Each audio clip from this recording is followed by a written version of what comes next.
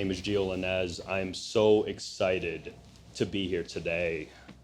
And when I was approached on what I wanted to discuss, I had all these ideas, but I really am passionate about one particular thing, and it's garnishes and the types of techniques that you apply onto these beautiful pieces. And sometimes, and not sometimes, but a majority of times, it's overlooked. And I'll discuss that in the presentation. But before I jump into it, I just want to give a shout out to Chef Scott and Joanna for allowing me to do this, for having this weekend, the Club and Resort team, the team here at Club. I'm gonna butcher this. I've been practicing this in my sleep. Kulisaja. Close. Perfect. That's all that I needed to know. But yeah, we're just gonna jump into it. We're gonna be discussing the evolution of classical and modern garnishes with visual examples of what I have done in my career and what I'm seeing in high-level restaurants along with high-level competitions. Creative ways of approaching and thinking of types of equipment.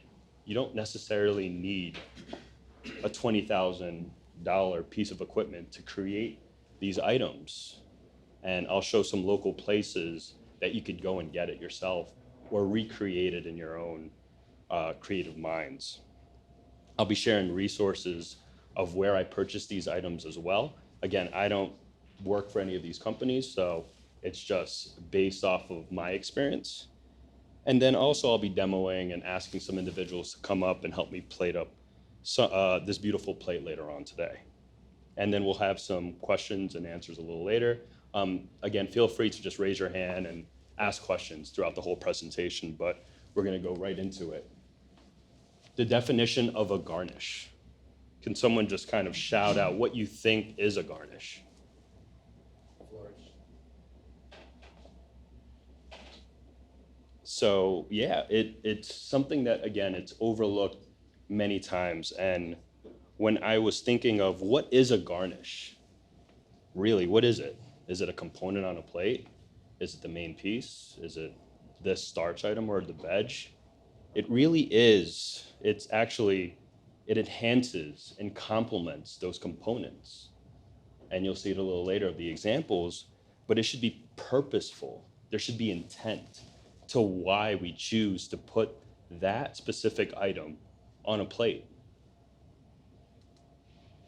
Let's discuss the layers of a garnish. And again, this is going deep into it. The flavor of the piece. It should add sweetness. Does it add acid? Does it add tart? Bitterness, spicy, is it herbaceous? Textures, is it creamy, crunchy, velvety, delicate? Color, is it vibrant? Is it pleasing to the eye? The shape, does it add visual interest? Does it make you ask, how did that person do that? The height, does it wow you immediately? Like last night, they presented that braised pork shank, I believe, right? And it was standing, and like I walked by, and I was like, oh, that's cool. You know, like that brought my attention immediately. And already my thought process is, that's gonna taste good. And I haven't even tried it. I haven't even smelled it. I walked by it, going to the bathroom, and I came back, and I'm like, yeah, I'm excited for this, right? I'm already thinking about it. And then the ingredient, is it seasonality to your region? Because at the end of the day, the ingredient will result into better results, right? Flavor, texture, the color. You won't have to manipulate that because it's already there, it's at the peak. So going right into it again, classical into modern garnishes, whole herbs, right? This was seen throughout the history of cooking, right? Throwing whole herbs, rosemary, thyme. And then we went from that to microgreens. Let's just throw microgreens on the plate. And now it's flowers. And something that was drilled into my head growing up in this competition setting was, does it make sense? Why are you putting it on the plate? And so I took all of that information and started recreating composed garnishes. So this microgreen and flower garnish, I've done it a couple different variations throughout my career at this point, but we were doing a CMAA event for 500 guests. And it was an Asian short rib. And again, when I think of Asian food, I think of, and again, a short rib. Both my French senses and then my Asian senses come together. And I'm like, all right, it's gonna be rich, it's gonna be umami, it's gonna be packed with full of flavor. How do you cut that? How do you make it look beautiful on the plate? And when I think of, all of those senses again, I think of, okay, microgreens, but what makes sense on the plate? So when you think of Asian food, what are some herbs that you would normally use? Cilantro, chives, scallion, radish makes sense, shisho. So we took all those and we found those microgreens and we bundled them up into these beautiful bouquets. And then on the base of it, again, cucumber is something prevalent. You see it all over. So we cold pickled that and we made it into a base, and now they all stood in the center of the plate. And people would come up and go, wow, that's a bouquet. And some people pushed it off, and I encouraged them to eat it with it. And when they ate it all together, they're like, wow, that does taste good. We all know how important a beautiful sauce is, how much skill it takes. But let's take it to the next step of what individuals are doing in today's world. We have the natural reduction, and then we have the broken sauce, right? I think it's a contradicting term, but it's used all over. You see it all over Michelin star restaurants. You see it on Instagram, Reels, and we tried to develop this, and we did. We actually used the same recipe for an international competition that a competitor of mine just did a month ago and won, and he was the second American to ever win in this competition in the last 60 years. So we took that concept of a buttermilk and herb vinaigrette, broken sauce. We made a buttermilk vinaigrette, and then we took that herb oil, and it was dill, tarragon, things that made sense on that red mullet. And then we drizzled it around, or we shook it up in and you'll see it a little later, we shook it up in a bottle, and it looks completely broken. But when you taste it, it is not broken. It doesn't taste like a broken butter sauce that we all know how that tastes. You're like, what are you doing? This sauce, adding things to a natural reduction, right? We took it a step further. We added pickled shimiji mushrooms and tomato concasse and chives. And again, it just gives it another appearance. It's beautiful, it's elegant. The fish velouté, we all have made veloutés here. How do you make it a little bit more interesting? We've taken tapioca and we cooked it in a flavorful liquid. And now when that tapioca comes out and it's cooked all the way through, we store it in something that makes sense. So an herb oil, or again, some sort of stock. So as it's cooling down, it's absorbing all that flavor. So when you bite into it, it tastes like that. And then you reincorporate it back into a sauce. Again, it gives a texture. It looks cool, and it goes, wow, that's a little bit different. And then the aerated sauces. This is something that we introduced the team to back in 2018 during the World Cup, siphoning, and that was a big trend during that time. So we were like, okay, our coaches were all very classical chefs, and Jesus and I were pushing for it, and they're like, we have to have, there's no way, you have to have a natural reduction on the plate. It has to look beautiful. That's what you have to do. So then we met halfway and we're like, what if we just add this component onto a plate, this garnish? And so we did. We took cucumbers and tarragon and apple, and it was our first course. It was a fish course. So think about those flavors, how delicate those are. And we had this cucumber garnish again, and we aerated this mixture, the sauce, that we thickened, and then we sprayed it right onto the plate, and again, it gave it that beautiful, vibrant look, and that, again, that texture. And we all know how that texture is. It's a little bit foamy, it's light, it's refreshing, and that's what we needed onto the plate. Piping. How many of us in the audience could pipe chocolate perfectly, temper it and all that? I know I can't. That's probably my weakest thing. I could pipe happy birthday, and I have to do it a couple more times. I have to get back to my cursive ways, right? But chocolate piping it's so skillful and it's so hard to find those individuals that can actually do it consistently and perfect. So how do you take that concept and be able to mass produce it for, let's say, a small party for your wine dinners or your board of directors to wow them, or for 100 to 200 guests? I've taken that concept when we've decided to create stencils. And we all talk about stencils. We're like, stencils, okay, you see that all the time. But I've even taken it a step further, and we create our own stencils now using a Cricut machine, which later on you'll be able to see the whole process of that. But in the middle, we have Chef Jesus, one of my best friends. This was his plate at the World Cup, and it was orange and goat cheese and beets. And then we were like, what do we do with all of that extra beet? So let's take it and dehydrate it, make it into a powder. And we brushed the plate with a simple syrup, dusted it, and now it looks cool. It's elegant, it's beautiful.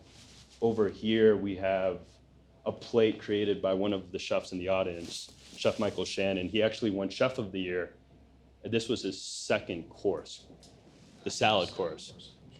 That's still an R&D day. Yeah. You get to- But again, what do you guys see first thing when you look at the plate? It's a peach. So you're thinking automatically like, okay, I'm gonna have a peach salad. And he did variations of peach to the full extent of it. But again, taking those peaches and dehydrating them and creating this beautiful powder. And as you swipe your spoon, you get a little bit of that extra flavor, that look to it. Built carved vegetable garnishes. The tomato rose. Who does a tomato rose still? I don't. And there's nothing wrong with it. It was beautiful, it was elegant back in the day. But let's take it a step further, right? Let's do the lab tomato. I might do that with the skin, see? But the yogurt, the carrot yogurt tartlet, again, elegant, beautiful. It's a one biter. It's something extra on the plate. It gives that crunch, and it has the acidity from the petals that have been pickled. And then you have this carrot mousse in the center of it. It's just it's a garnish because it complements everything else. It helps with the overall plate. The slow roasted onion, you see it all the time now. We did this at the recent competition. We roasted a whole onion, and then we took the layers that we could roll it up in, and we took all the extra petals and we diced it up and made an onion relish, stuffed it, and now that's perfect. It's room temp. All you got to do is hit it with a little olive oil, some chives or some flowers, I think that's micro onion blossoms or something like that. And again, it's quick. Just place it on top of a filet or something along those lines. And again, it's elegant. Or you could take it a step further and stuff it with braise and then glaze it up. And then again, now that's your vegetable component onto the plate. This last piece, I wanted to show it because we all have ring cutters in our clubs. We all have it in our arsenals. But how can you take that ring cutter molded piece and make it a little bit different? So here we did this at the Culinary Olympics. This was on our first course for our salad. We took a punch out. We just took a regular teardrop and we pressed it onto the table, made it flat so it could sit, and we carved the center of it too, and we pickled it. But again, it's different. It looks cool. It's elegant. But all it took was a ring cutter and a table to press it, and a little bit of imagination. Again, this compressed apple, super simple to do, but it gives that elegant touch. We've taken apple slices and then compressed it in an acidic or a lemon simple syrup, and then line them all up, punch them, keep them in the freezer, and then during service, again, it's super thin. Punch them out, and then you just top a garnish on top. You top it on top of a tart. You could put it onto the plate for a center appeal, and it looks nice. And now you could charge, again, this was a smoked salmon dish with creme fraiche, capers, red onion, lemon, all those beautiful flavors, dill. And again, visually appealing, you're like, okay, I'll charge $8 for that. But now seeing that, the guest is like, wow, this is really, it's different. It's something that I can't just get down the block. Another garnish that, again, a ring cutter, but taking it a step further, again, cutting it in the center of it to giving it a little lip, and it looks completely different. And then glazed carrots. We take corkscrews and we just, just crank them out, and it gives this really cool ribbony look. But when you attach them together from one end to another, it looks like a star. But if you attach multiple of them, they look like a bundle, and it looks very cool. And you could even take it a step further. I have power drills in my office, and it's not for fixing things because that's for maintenance. That's for me to play with. And I'll take the end of that corkscrew, this piece right here, and I have one at work, and I'll straighten it out. And I'll put it at the end of a power drill, and I'll just drill things. Celery root, turnips, anything. And now, again, it's cool, it's easy to do. Take all your scrap and make a root vegetable puree or whatever. But again, it's fast, it's easy. Crackers and tuiles. We all have done the Parmesan tuile. Let's take it a step further. Crackers. We've done a white truffle and porcini cracker dusted with edible gold. Again, super simple. There's molds available now that you could do that. And then the crispy potato. We were talking about it yesterday, steak frites, right? Same process. But instead, we've taken the Japanese spiral cutter and blanched them. And now, again, you could weigh them all out. Consistency. Weigh them all out, blanch them, weigh them all out, blanch them, and then fry them in these ladles, and it gives it this cool abstract look onto the plate. And during service, all you're doing is taking that, put it onto the plate. You could even garnish it with all these different spices, espelette, I've hit it with chives, chervil on there. And again, it's a good finish. And then you have the same concept again. If you want a little bit more precision and consistency, we do the potato nest and we just bake them onto domes. Using purees to hold sauces. I saw this at the World Cup and it blew my mind. Sweden had done this perfect round. And we were like, how did they do that? And so we looked into it for Chef Shannon's competition, and we had done, there's electrical ones a couple of years ago. They were about $2.50 a piece. I have one that I bought for $26. So if you don't like it, you can it's okay. But again, consistency on the plate, everything. Why do that? Well, it holds sauces, keeps it nice and tight.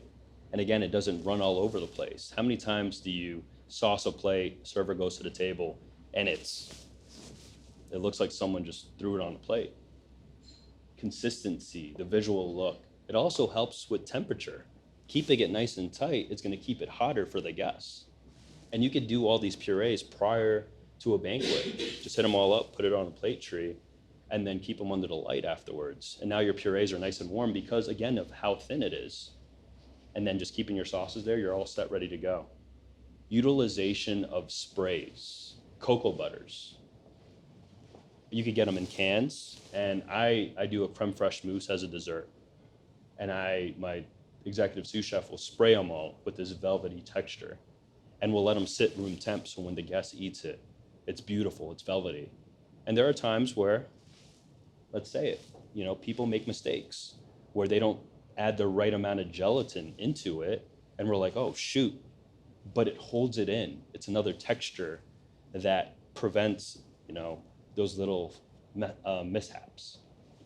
It reminds me of, when you get ice cream out of an ice cream truck and they dip it into those, your whole thing, like the chocolate and strawberries. That's what I think of, and that's my favorite dessert. I'm going to use that at the exam for my 5 courses or whatever. Again, as you can see, another finished salad, ease of service. You could have it all lined up, ready to go. All you have to do is take a little squeeze bottle with your vinaigrette, hit them, and they're gone. And then another visual appearance for the crispy potato nest. This was something that I had done for a competition a couple years ago for the lamb competition that actually Club Chef and Resort did. So, does anyone have any questions about any of these things? Cool. And then a couple other plates. You see the carrot tartlet over there. It helps with, this was a competition platter that I had to do with squab and foie. And the minute you say foie, you're like, wow, that's a heavy dish. That carrot tartlet cut all of that. And then the visual aspect of using a stencil mat around a polenta cake. So we took the same mat concept and we took polenta and we split the batch after it's been cooked and we added mushroom porcini powder to that. I wish I had chef's porcini dust back then, but it did it. It gave that flavor. This was, and then inside of it, there was a mushroom ragu. And then you have a mushroom cracker on top with truffle in it. And then on your left, this was another concept that we had done earlier this year for Student Chef of the Year with that gold cracker, the pickled shimiji mushrooms, and that individual won that category. Pipes and terrines. So the utilization of flipping a terrine mold over and using it to bend terrines or crackers for that elegant look of movement on the plate. They kept saying movement, movement. I'm like, what do you mean movement, chef? But when you look at a plate, you could see that it spirals, that it curves. You're like, wow, that really flows correctly, right? And as you can see there. And then here's a fun story. This was a PVC pipe. So growing up, creating terrines, it wasn't readily available. The only way to get terrine molds about 10 years ago was through a previous mentor that was like, here's a terrine mold that I've used for 100 years. And that's what it was. Or you could go JB Prince and pay $120. Well, I didn't have $120 back in the day. So what I would do, they would tell me to go to Home Depot. I'm like, go to Home Depot? What do you mean, chef? They're like, go to Home Depot. And so I was still working for Chef Shannon at the time. And we would go to Home Depot and then we would buy PVC pipes. We would cut them. Then we'd have the maintenance guy take wood and create this, the seals on it. And then taking an ordinary kitchen table and taking sheet metal and bending it to create this, right? Like, it's crazy what we could think of and utilize, and how, as chefs, we have so many things that we could use our resources and utilize that in. The laptop tests. I think Chef from Rationale discussed about how that machine went up and down 8 inches. Well, now let's take that same concept and elevate all of our garnishes so that no one, again, I'm fortunate. It's kind of a curse, right? A curse and a blessing that I'm not too tall and not too short at the same time. But for those that are really tall, this desk comes out. You can keep it on a sheet tray. And it elevates you. And if you're a little bit taller, you can manipulate it to go a little bit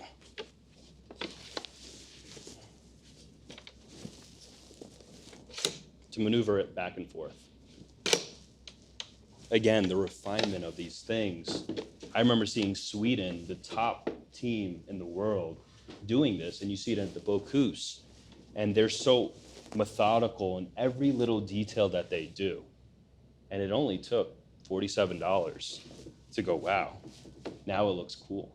Now it's helping us. Longevity, right? Not killing your bodies. Because if this is the first project that you're doing and you're like this, Jesus, by hour 4, you're gonna be hurting. The turntable, again, you've seen people use a DJ machine and all that. Well, you could buy this for $26.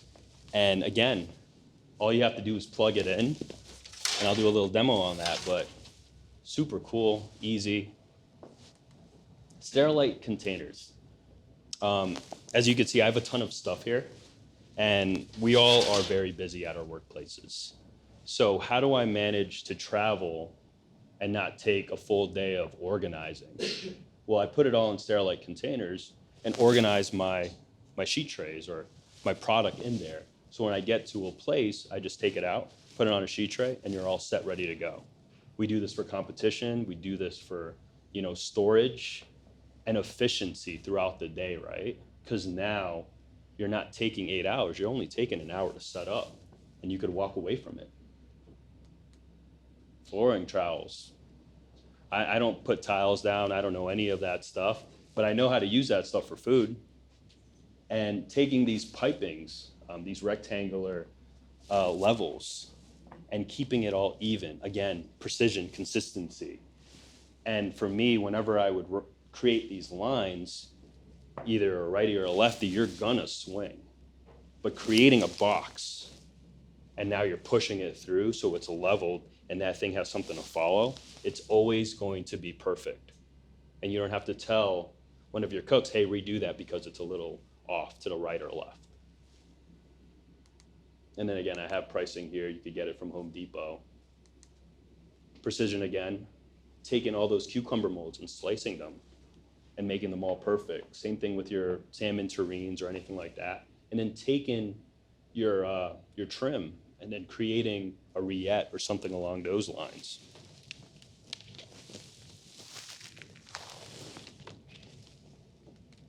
Decorative mats. I think this is so beautiful. I think it's so cool. How many of us do loins or whole products in our establishments where we do it for large functions? Take it a step further. And I'll present it a little bit later again, but it is so cool to look at something like that, and everyone in the room is like, wow, that's really cool. But it only took a step further where you took your same mousse product and you split it in half and added a chlorophyll or a flavor to change the color. And it all makes sense onto the dish. And these are readily available through Amazon. You can get them for $21. And then some other resources, Jimmy from the Sweden team now, and then you guys could all take pictures of it, the resources that I have, but Food Shapes is another great resource. And you'll see it a little bit later. But phenomenal products. It's easy to come off, and it's quick. Cracker stencils. This is readily available everywhere now. But I remember back in the day, we had to use punchers. You go to Michael's, you punch here and there. Well, you go on Amazon, and now they have anything you possibly could want. And again, the guest doesn't know how much thought or how much time it takes now. Well, I'm sorry, let me rephrase that. The guest looks at it and goes, wow, that's cool. But it only took you now just spreading a mousse or a batter over it and baking it for 3 to 4 minutes. And then hitting it with that dust. Again, taking it a step further. I hear it all the time now in competitions, it doesn't show a skill. Well, a skill is to be consistent. Now all 5 or 6 products are all the same. But how do we push the bar? Let's bake that on a terrine mold and curve it to give it more movement on the plate. Let's take that and spice it correctly. Let's take that and flavor it that makes sense on the plate. So if everyone could whip out their phones, and then if you do have Instagram, you could just scan this QR code and it'll show a quick video of how to use a Cricut machine and how easy it is to do that. My Cricut machine averagely costs $300. It comes with a free program that you could go into and create any stencil that you could want. It was actually funny, my sous chefs were saying, why didn't you just write your initials for this presentation? I was like, damn, man, that's why I hired you guys. But it's a quick video. It's about 10 seconds long. And then here's some other resources that I am fully behind on. I use these all the time. Extremely affordable.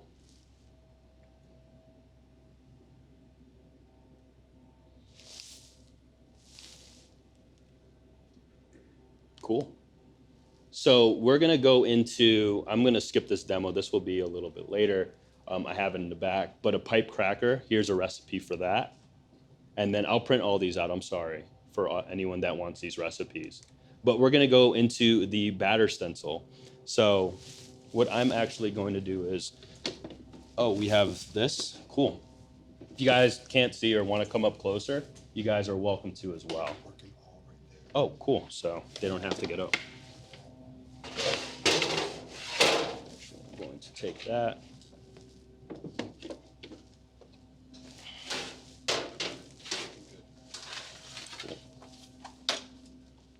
So as you can see, I like to organize myself to everything that I possibly need into small trays. Hopefully the team back there doesn't need all these small trays because I've taken everything that they have. So all of my mise en place here, you see your cracker batter along with your different spices, and then I have it also in a piping bag to allow me to pipe it there. But before that, can I use this rationale? Cool. No, you can't use it actually. So we're gonna drop the humidity down, 320, and then we're just gonna put it at, we'll just wait, we'll just put it on continuous operation. So again, the ease of this, all I would do is take this pan spray the mousse. I'm a little paranoid. I've had mousses kind of, or crackers stick there, and I'm like, oh my God, this sucks. But take that. And then all you're gonna do is pipe. I'm gonna actually take this off because I'm gonna have a ton of extra batter. And I'm going to take my tool here and just spread. And as you can see,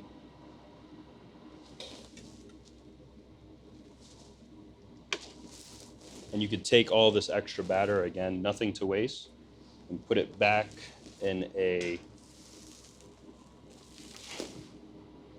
9 pan.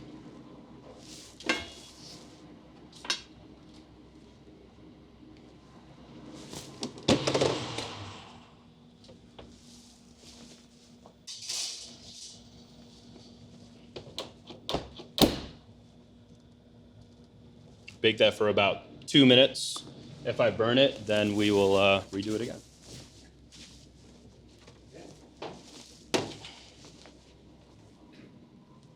We're gonna go into the stencil now.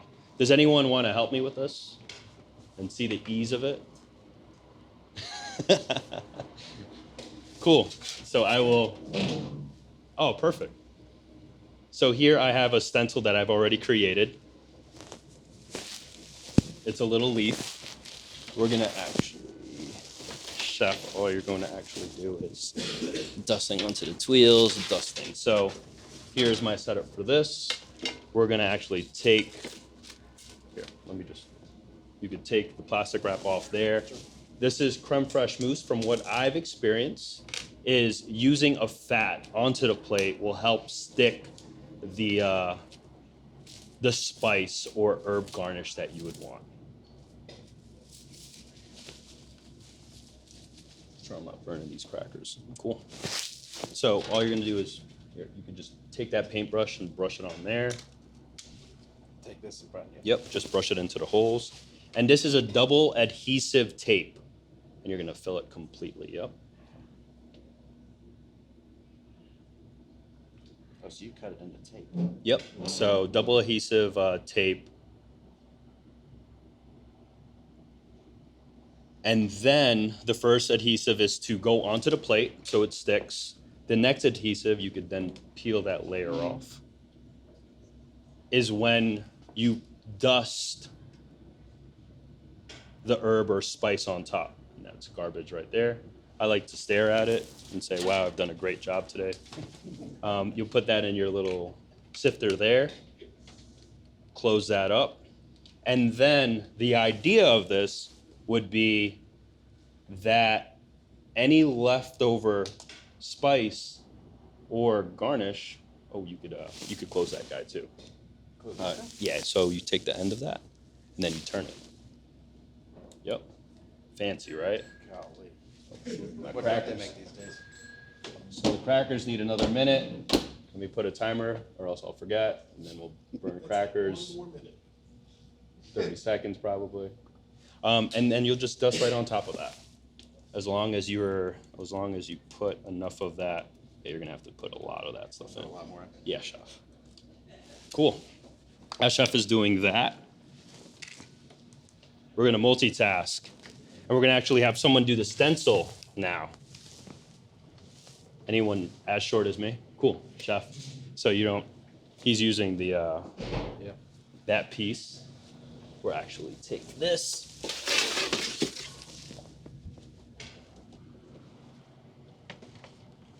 Really good at making a mess, by the way. Oh, it's perfect. We'll just clean that up. I have plate wipes. So when approaching this stencil mousse, how many are excuse me. With a show of hands, how many of us have straight tables or tables that do not bevel in? Yeah, me too. So we're all on the same. Enough more. A little bit more, please. Oh no, my crackers. So these crackers are forming. This is so dark.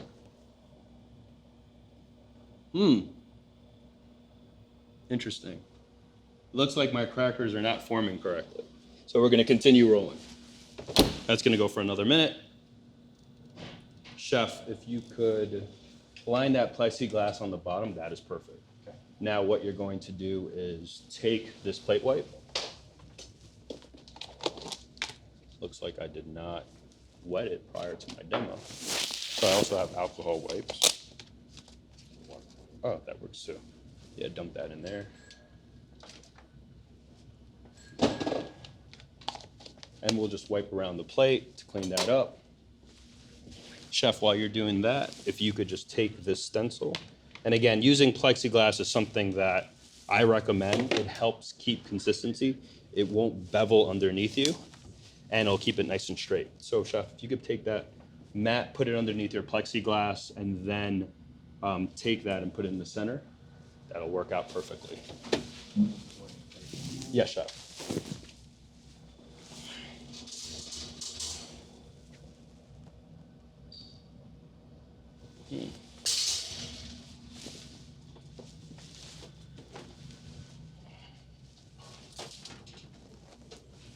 Yep.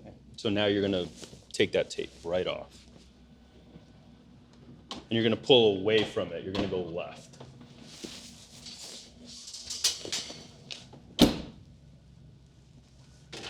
If you need a pair of tweezers, pair of tweezers that will be able to pull the bottom off. That one sinks to you. Perfect. So now we're gonna take the bars that we talked about, and we're gonna line them up just like that, and we're gonna offset it. So what we're gonna actually do is we're gonna spray this mat as well, chef.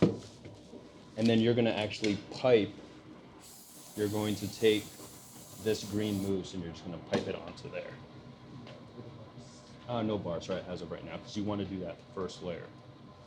It's really Garnish. That's good. Ooh. This is where I come in and go. Oh, it starts over here. Oh, That's that's just something else. yeah, that was just, so this could all go. So, yep, so that's perfect, yep.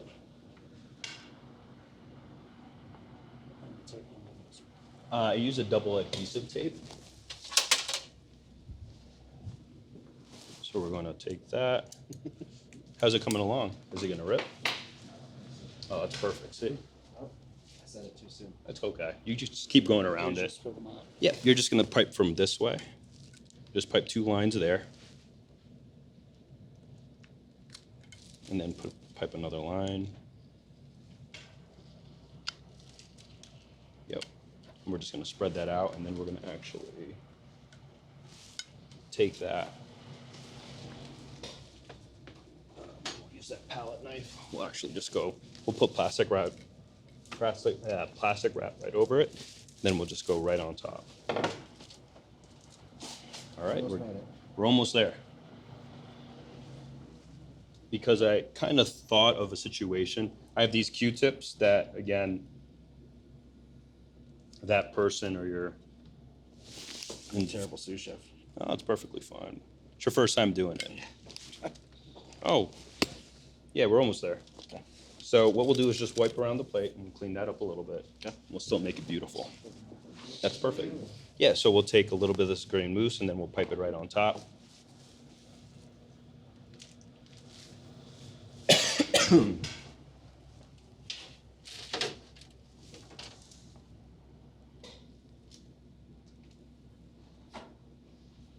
What are these little things? Those are makeup removers. So we use those for plate on our expo line, and it instead of rolling up Get the, what do you call them? The white the, balls? yeah, or cheesecloth, rolling them perfectly. Yep. So we'll try to get a little bit more of that all inside that center. So this is the first layer of this.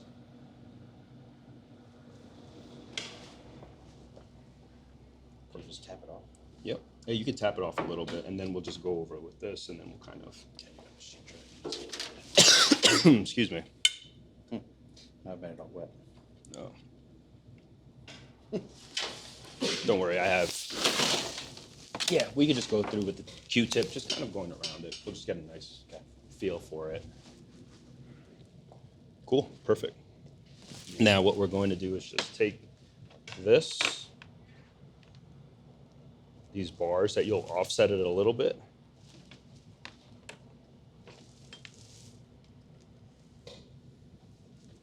What we'll do is we'll kind of push these off.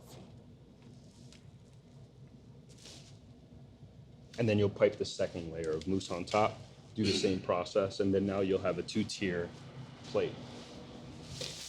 Excuse me. We're getting there. We're getting there. So as you can see, it takes a little bit of practice, but a couple more times, I'm sure Yeah. Chef would have taken care of that. Which, don't worry, we have another one. That's perfect.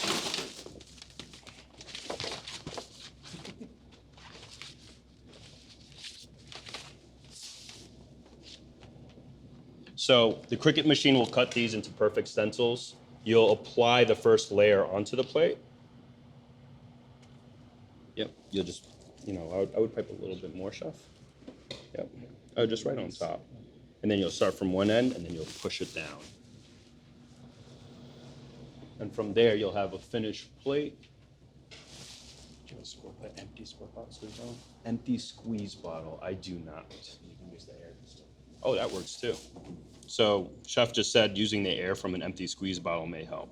Yeah, you can knock off a lot of the crumbs from her. Cool. I am doing a terrible job for you. No, it's all right. So as all of you could see, the concept of it is there. Yeah. And it's a lot easier than piping plates. So cool, I appreciate it, Chef. Thank you so much. Now I can steal my wife's Cricut machine. Yeah. So thank you, Chef. Yeah. This works out perfectly. So, yep. Yeah, we need 200 more, Chef. But again, the concept of it is there. It's easier as you get used to it as well. Over here on Chef, he's rolling out the mousse. Looks like it kind of popped up. It's all right. Yeah, I would just. So what I would do is just add a little bit more mousse over here on top.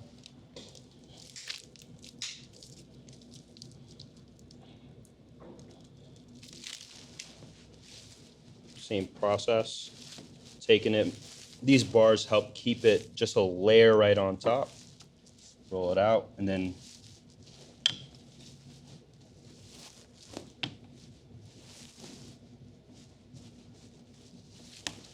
and that's about it.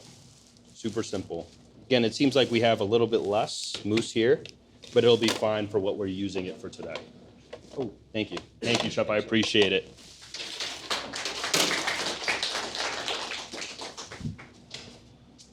So with that being said, we'll just take the same setup. We'll put this away for now. And again, does anyone have any questions or anything that they have any concerns regarding? Cool. How far in advance can you stick that tape down without it like getting super sticky? So you could do it the night before. This one's actually a more adhesive one. I wanted to make sure that it stuck, but Cricket has some other ones that are not as strong. And from here, yeah, and then you could just get it all set the night before. You could have your dishwashers do it and get it all set ready for you. So that person that comes in the next day could just dust onto it. So I've tried sprays and all that. From here, I would then take this.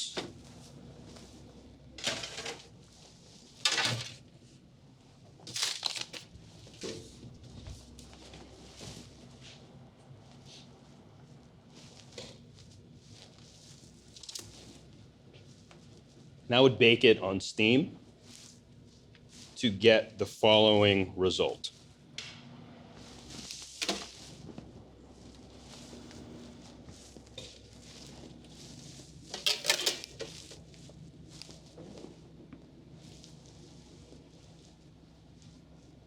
Oh, here it is.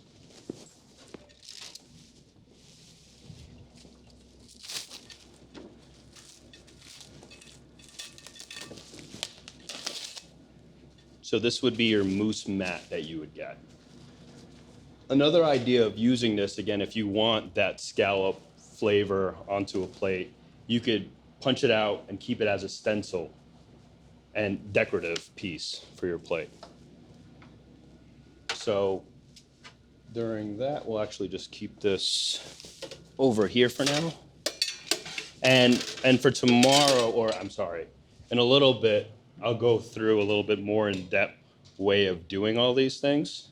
So on the hands-on activity, I'll be able to help all of you with pipe crackers and putting that on terrine molds. We have it lined up down there. Batter cracker stencils. We have a ton of different molds that we'll use. And then tartlets, creating those tartlets. So in the next slide over here, if you want to scan that, that will show the step-by-step of how to recreate the tartlet that I had done for Club and Resort Chef.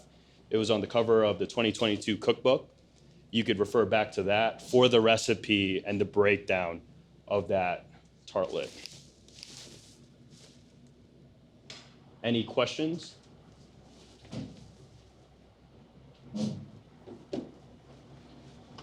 So right now we're just gonna put up this quick piece. Would anyone like to help me with recreating this? Daniel? Perfect. The cracker, it seems as if I'm gonna redo it again right now while Daniel does that. So Daniel, here is the plate up. So we have salmon that we have cooked to about 67 degrees. This is perfect right here. Yep. Good, chef. Thank you. I think we're running out of time. So here is our plate for the scallop mousse. What we'll do is we will plate it just like this, similar to that, but we will then put this mousse aspect of it right here, and then put that one piece of salmon right here, and then we'll put the little garnishes here and there. We have cucumbers, a frisee salad with a little vinaigrette, and then I have my buttermilk dressing over here as well.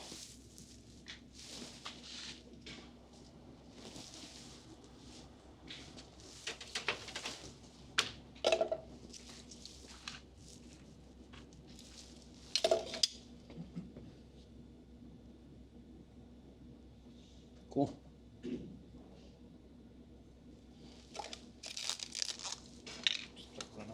Yes, chef. So I have some tools here. I stole your offset. I'm just gonna quickly bake this real quick.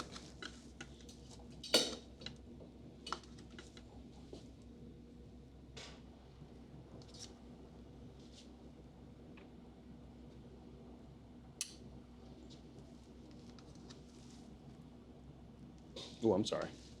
You could start off with, yeah, these are gonna be frozen. Okay. So again,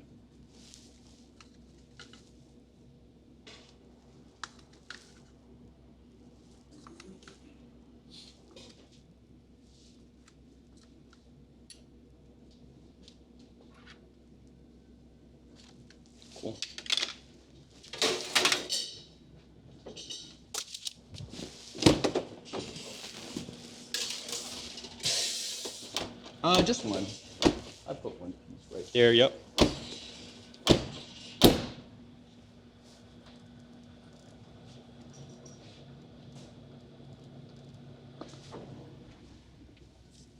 Yep, just right there, it's perfect.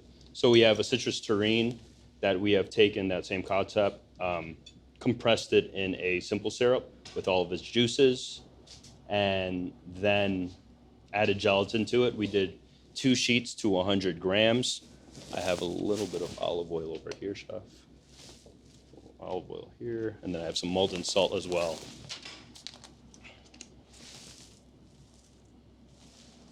And I have some chive blossoms there.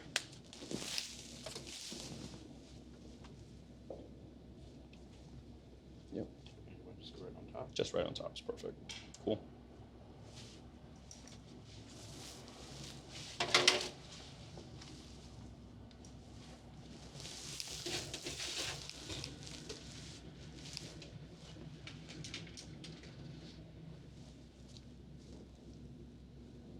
Yep, beautiful.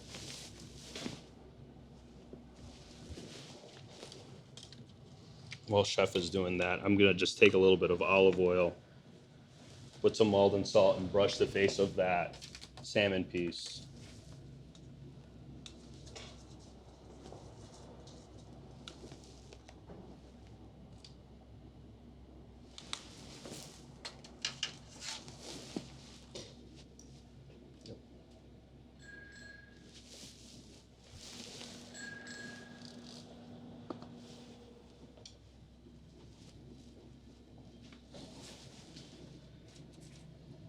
That with a little bit of salt. Cool. We'll take a cucumber.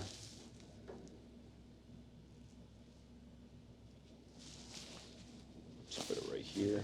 Beautiful. These cucumbers have been pickled. And then again, that broken vinaigrette. Take this buttermilk sauce. We have the crackers that are baking right now.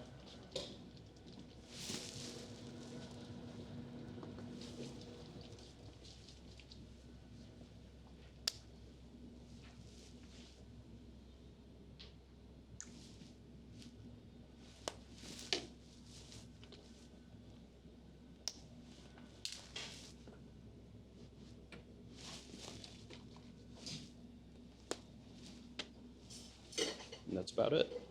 Cool. And I'm just waiting for the cracker to come out that we'll put right on top here. So what was this part again? Cream cheese? This was creme fraiche mousse Creme fraiche. that we added 100 grams of liquid to 1 sheet of gelatin. And that's normally my ratio for any mousses on the plate. And again, I would let this sit for probably 3 to 5 minutes before sending it out, rebrushing them, and then you're all set, ready to rock. Cool. Sounds good. Thank you, chef, again. Thank you. Perfect. Yes, chef. Did you poach that salmon, Jeff? I did. So I cured it for about 2 hours, and then I cooked it to, I think the number that I said was 67 degrees. My sous chef looked at me and was like, "What are you doing?" It was like in for 45 seconds. But the reason why I poached it was to help keep that beautiful shape that I was looking for, and also just the outside texture of it. So, any other questions?